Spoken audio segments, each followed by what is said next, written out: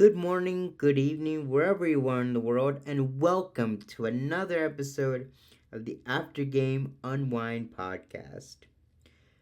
This is episode 9, and I am happy to have you here on the podcast today because honestly, this is an episode that I really wanted to release for some time now, and at this point, I just want to have an episode where I can just freely talk and just have those things be on my mind that I want to air out. So, without further ado, grab your popcorn, grab your snacks, grab a chair, get comfortable, and let's get on with episode 9 of the After Game Unwind podcast. Whenever I think of Mario Kart, I think about three things.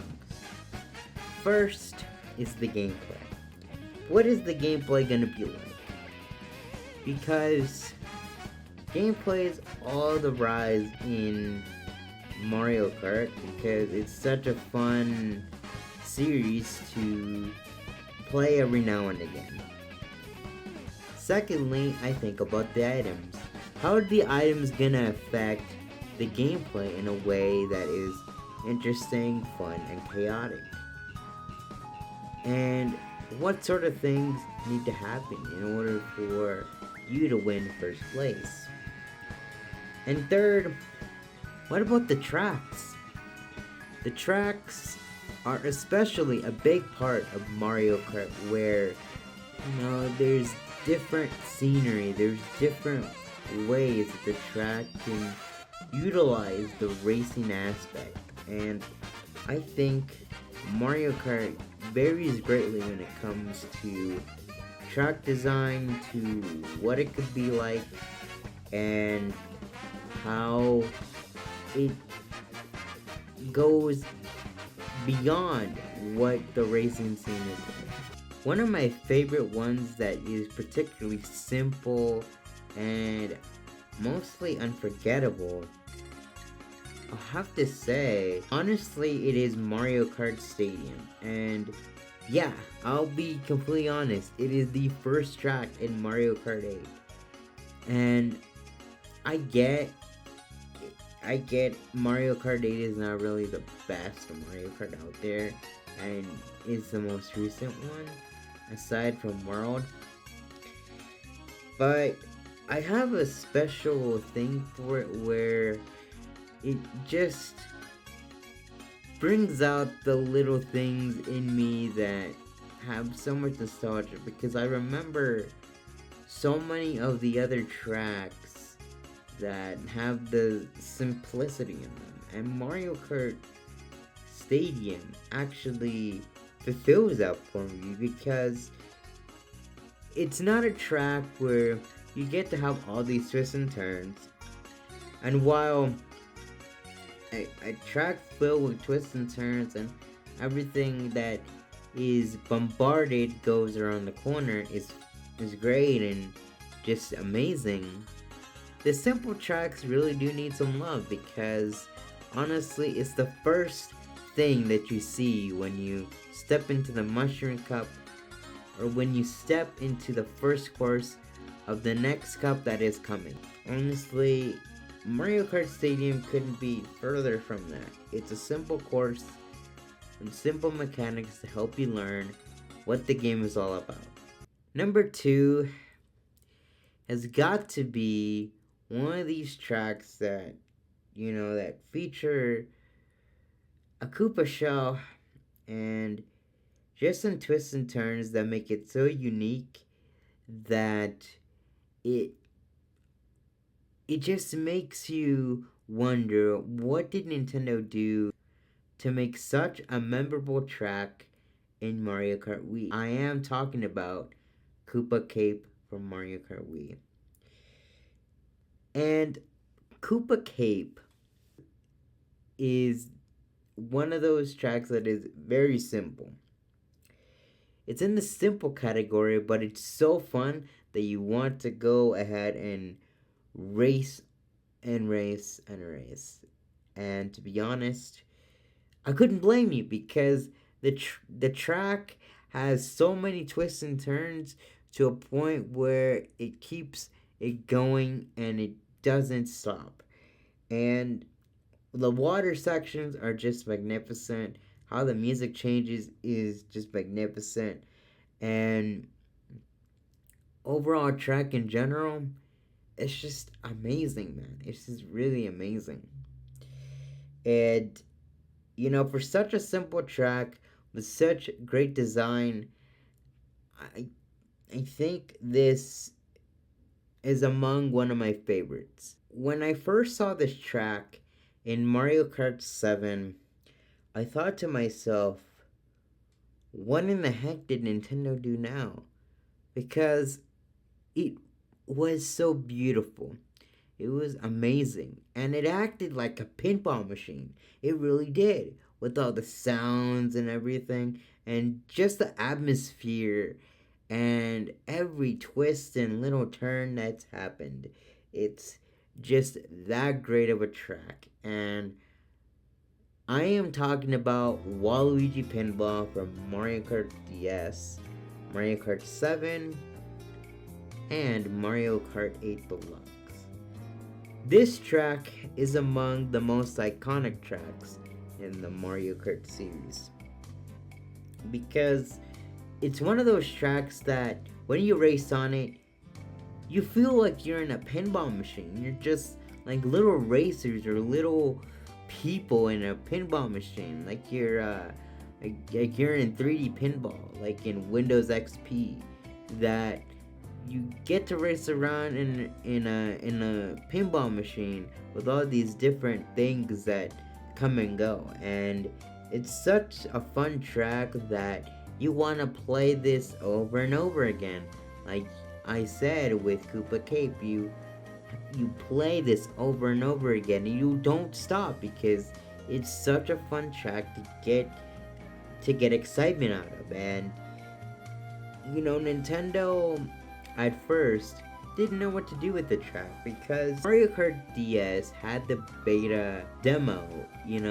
It wasn't really that exciting because at first it was gonna be like a Luigi track based on the betas, and it really didn't look that convincing at first. But when you get to see the track in its full form and in its entirety, and all the things that make it how it is and how iconic it's been as a track, you start to realize that this track is one in a million. And Waluigi Pinball stands the test of time. Oh boy, it's getting really cold in here. I look back at the days of Mario Kart 8. I sometimes play Mario Kart 8 Deluxe, and I love that game. And one of the tracks that really stands out to me in the Nitro Cup of the Star is Mount Wario. And this is a track that I feel doesn't really get talked about enough. And Mount Wario is one of those tracks that feels so unique at the snow level. You think that DK Summit would take the reins, but Mount Wario just goes on another level because it's a track that feels super long but is super fun to play on because the length of the track and just the greatest twists and turns that make it such a great track to race on. And at the end you get like what you get in Wii Fit. I don't think you can get any better than that. And Wario is the face of the mount.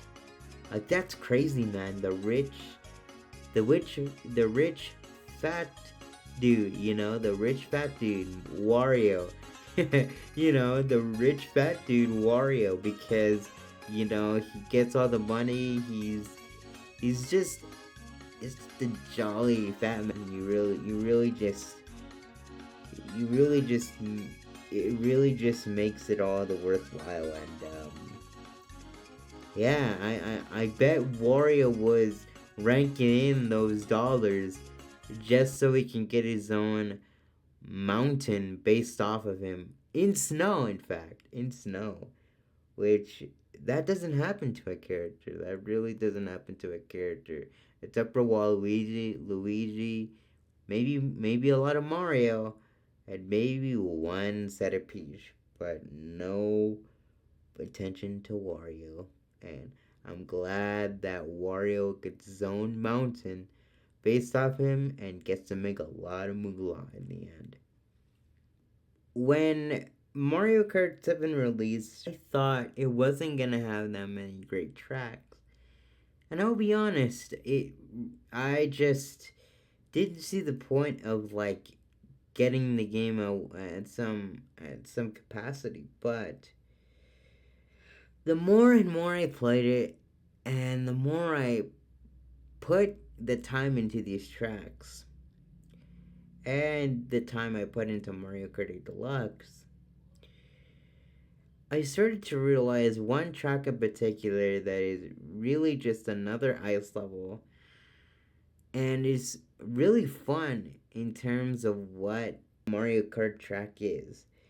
And you could probably say it's Sherbet Land from Mario Kart Double Dash, but it's not. It's not. It's way different than that. It really is. And the track I'm referring to is Rosalina's Ice World from Mario Kart 7. And I'll be completely honest, when I saw this track on Mario Kart 8 Deluxe in the Booster Course Pass, I was surprised because honestly, the original wasn't that great of a track to begin with. Because I'll be completely honest, the track really wasn't that special, and it really was just another generic ice track that really didn't have anything really that much to give. But they really changed it up with the anti-gravity, and they did make it to good use. I'm not kidding you. It really is a fun track to race on a Mario Kart 8 Deluxe. And the music is great. The original is awesome in its very way, and and the remix in Mario Kart 8 Deluxe is phenomenal. I'm not gonna tell you it's not. It really is. And the fact of the matter is, Nintendo managed to put out such a great track in Mario Kart 7 and decided to really just put it to justice in Mario Kart 8 Deluxe. And it's one of those tracks that I really just want to play again and again. Whenever I think of Mario Kart Double Dash, I think about three tracks. One is Luigi Circuit, another is Mushroom Bridge, and another is Mushroom City. But there is one track that really develops in the test of time when it comes to a giant ape and his bananas. And that is DK Mountain. Honestly, I couldn't say more about this track even if I would, because to be honest, it's that great of a track.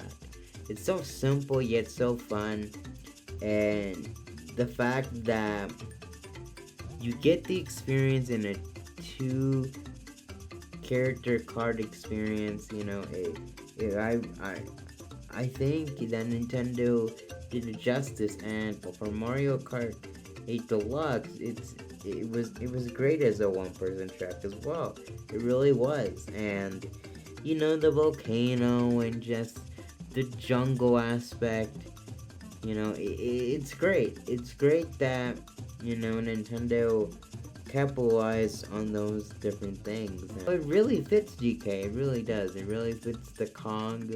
It really fits the Donkey of the Kongs. It really does. And, you know, Donkey Kong is what they say. DK. Donkey Kong. DK. Donkey Kong. Just a little bit of the rap there, but honestly, Donkey Kong, such an awesome ape, man. Such an awesome ape. An awesome animal, too. Honestly, there really is nobody like Donkey Kong. It really is. Mario Kart DS has probably got to be one of the best games on the DS. And, you know, there's lots of tracks that really just make it worthwhile to play this game. And, you know, while Luigi has seen his fair share of haunted mansions in his day, you can't deny that Luigi's Mansion from Mario Kart DS is possibly one of the greatest tracks ever to come into a Mario Kart game. And something about this track makes it worthwhile in the spirit of Halloween. And while it's not Halloween yet, I really just want to give it home to what it's all about. And it really just makes it great for Halloween, because, you know, the typical photos of the ghosts and just how they move and the atmosphere of it, and just the amount of track that you can do for the twists and turns, and just how everything is just organized in a manner where you can probably get scared easily because it's a haunted track. You know, it captures that feeling. Another one of those simple tracks that I really enjoy, that has really been revitalized in Mario Kart 8 Deluxe, is Peach Gardens. And the lovable princess gets her own garden. The lovable princess gets her own garden. I'm not even kidding you. You're seriously telling me that a princess of the Mushroom Kingdom, not even the king, gets her own dang garden? You know, it's just on a whole other level, because, you know, Peach gets everything, you know? She gets everything. But not to question the Princess of the Mushroom Kingdom, this track is all in 10 out of 10.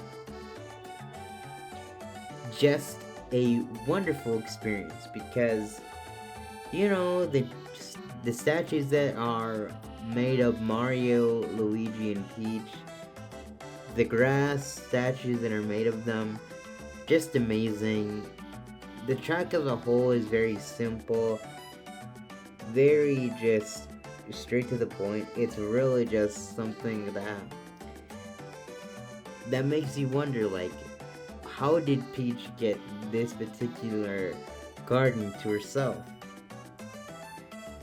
And don't get me wrong, it's kept it beautifully. It's just awesome that we get this, and it's kept pretty precise, you know. And I love that Peach gets her own garden. It's really well maintained for a garden, you know. It's really well maintained. Cheers to the princess, actually. Cheers to the princess of the Mushroom Kingdom. One of Peach's loyal subordinates, Toad, has his own factory. Who would have guessed? Mario Kart Wii's Toad Factory is just strange to me, because really, what is a Toad doing with the factory? I don't know. It really goes to show that Nintendo likes to do random things with these characters. And while I get that, you know, Toad is more than just a helper to Peach, I can't help but wonder what he does in that factory, to be honest. It really gives me an eerie vibe. But the track as a whole is amazing. It really is. And just the way that the track is designed, from how great it is, it just goes to show that Nintendo didn't hold back when it came to this track. And it really shows. Sad that it didn't come back in Mario Kart 8, it really didn't, but you get the track in Mario Kart World, which is all the great that it has to offer. Here are my go-to items when it comes to Mario Kart as a whole. Mario Kart Double Dash has got to be probably one of the underdogs of the series because, you know, it's a great game. It had lots of great characters, you know, cards, everything that you can imagine. And sometimes with the cups and tracks, it was simple. But the items, it was just on a whole other level. And one of the items that I specifically remember that was very well done, that includes the babies, by the way, baby Mario and baby Luigi, is the chain chomp that they use. And this thing is so broken. I have to tell you, like, the thing is just massive, and you know, who would want a giant chain chomp running towards them, wanting to run them over because you couldn't win a race? Like, that's wild to me.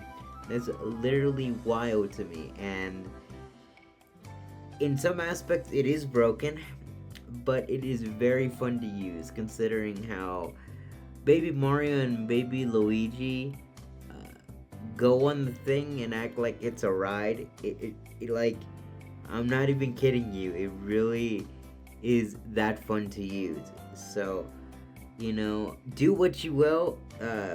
You might have your own opinions on this particular item, but honestly, it's so fun that you want to try it again and again.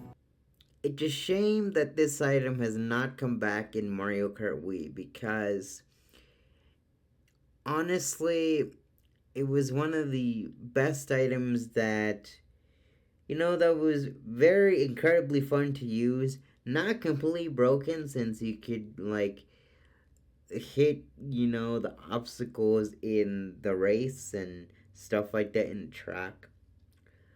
But it was a very fun item to use just to crush people. And I'm sad that it hasn't come back after Mario Kart World, but, you know, and after Mario Kart Wii. But I'm talking about the Mega Mushroom. The Mega Mushroom is one of those items that is particularly one of my favorites. And to be honest, if the Mega Mushroom wasn't around, I feel as though, like, we wouldn't see a very assortment of mushrooms in the Mario universe. And it's introduced a new Super Mario Bros. DS. Thank God for that. And yeah, you know, I am happy that this particular item was in Mario Kart Wii and had a comeback in Mario Kart World, but after that, it didn't even have a comeback at all. In all honesty, I don't know where this item originated in Mario Kart, but I can tell you the three mushrooms that they put at, like, the lower end of the places in a race. You know, it's helpful. It's really helpful.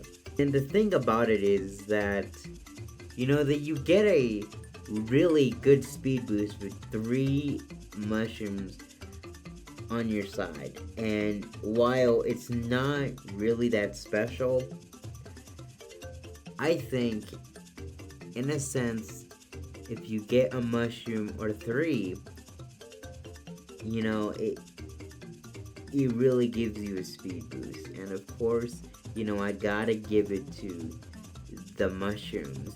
All of them, you know, three one mushroom, because it gives you a speed boost.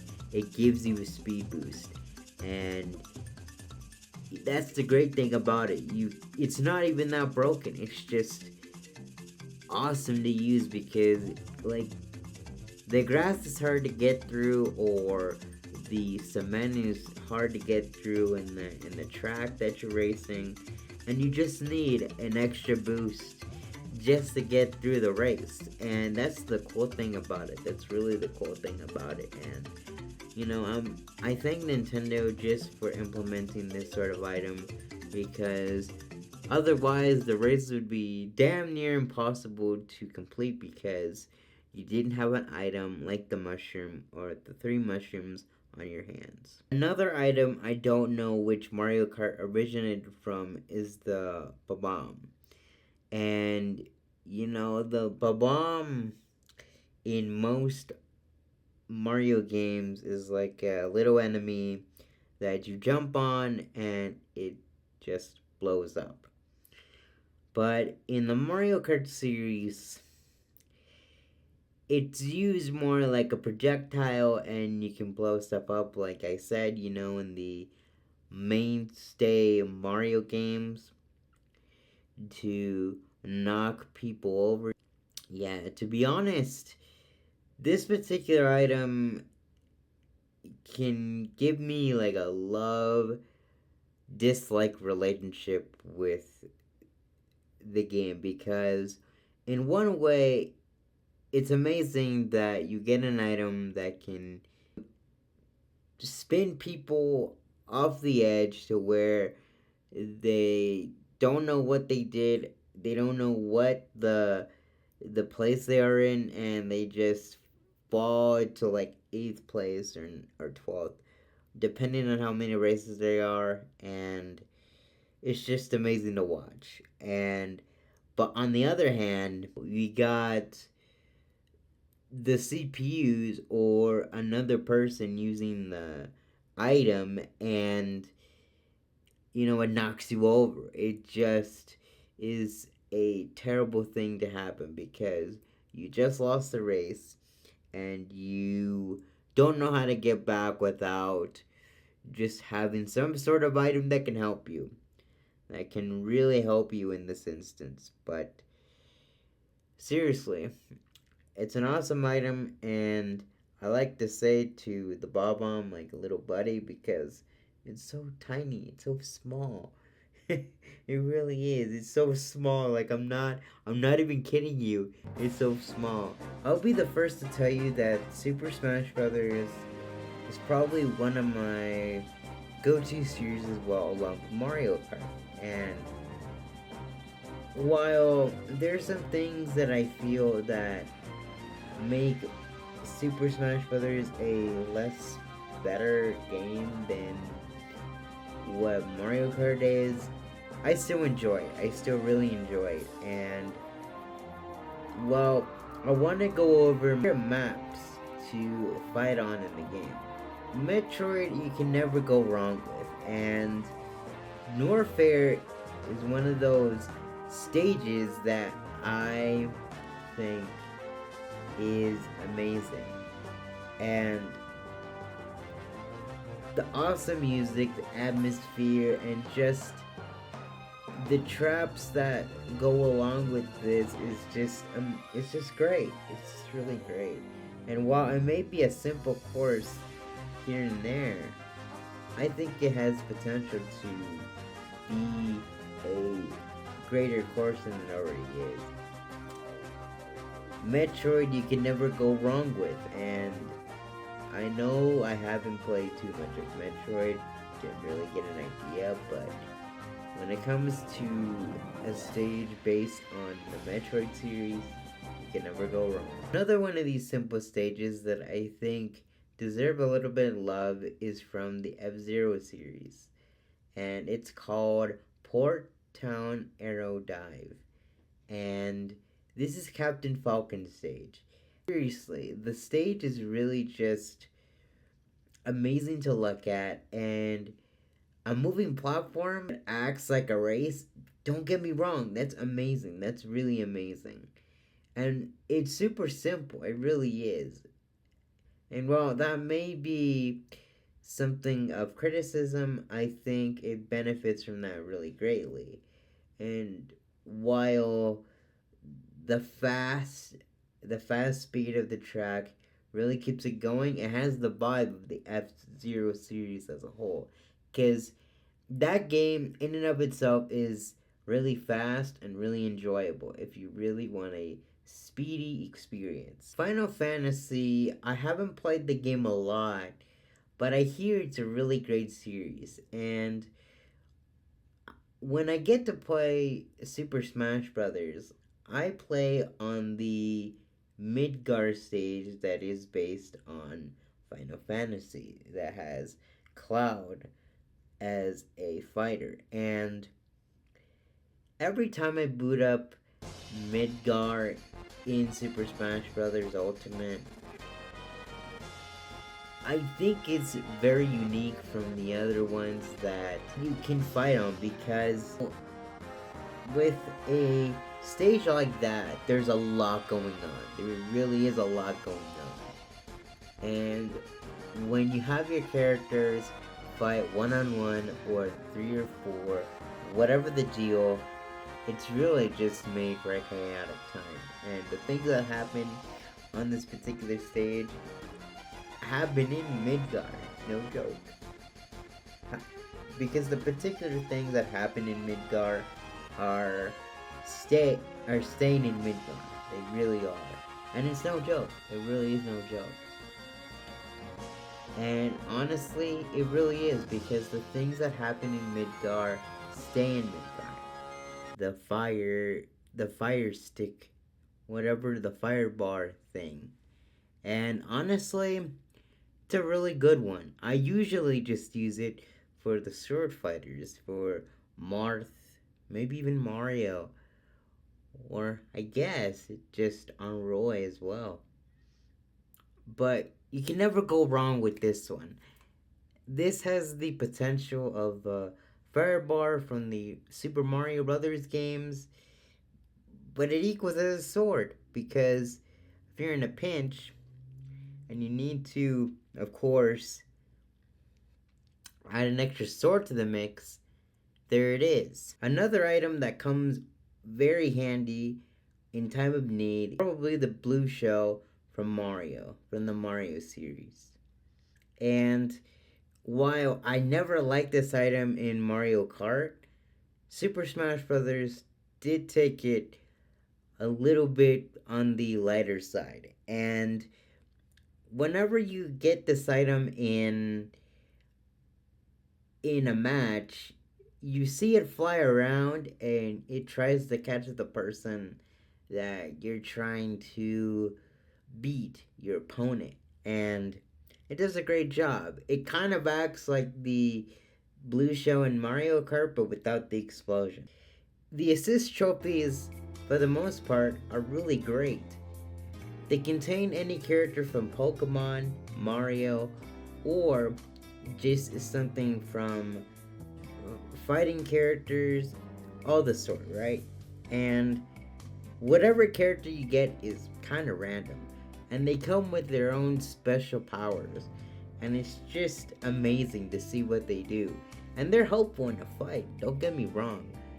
But sometimes it feels like they're just there to be there without any notice.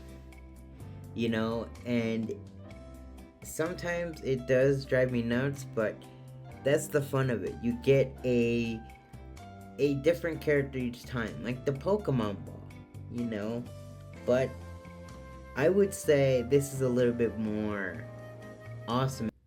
Xbox has not been in my good graces, and you know, Microsoft, when it comes to their Xbox brand, has never been in my good graces. And the fact of the matter is that there was a story that said that they laid off like maybe 8,000, maybe 9,000 employees, whatever the sort. And to be honest, that drives me to drink. That drives me up the wall, because that's is the biggest mistake that you're gonna make. Because think about it, you have all these different employees that make these different games from all these different studios, and you decide the one time that you are gaining money or losing money in this instance to think oh, it's a good idea to lay off these employees because we're making money or we're losing money in one way. But I have to tell you, seriously, what has gone on in Microsoft's mind to even do this? Because there's lots of games being canceled, first of all. Then there are the people have have worked on these games for so long that they don't even have a job anymore, because they're gonna be replaced by the big AI, which is never gonna work. Because to be honest, I don't know if I should put this in the equation, is probably the most backwards thing that you could do, because AI is not going to work for everything. It can help you with writing a little bit, make corrections, or, for a content creator, just write a script, make it a little bit better, or find some ideas to get the noggin rolling. But like I said, AI is not gonna do everything. And developers, we need them. We need coders. We need game testers. We need somebody to test these games. We need somebody to make these games what they are. And Microsoft is making a big mistake, because if they weren't already losing money now, they're already losing even more. And if they're gaining money, they're gonna lose a lot of money because of this decision. So, Microsoft, think about this for a second. And I'm not saying that the other two companies, Sony and Nintendo, aren't guilty of bad business practices, because they aren't. And I'm not saying that Nintendo and Sony aren't guilty of bad business practices, but Microsoft has taken it way too far, and it's just gotten to a point where they just outright just keep going down and down for the rabbit hole. Thank you so much for listening to another episode of the After Game Unwind podcast. If you want the previous episode, click the link on the show notes or on the card on top of the episode. And as well, check out my other existing content, as that really shows the support that you want to continue seeing more from this podcast and content. Until next time, happy gaming and happy travels. Thank you for your time.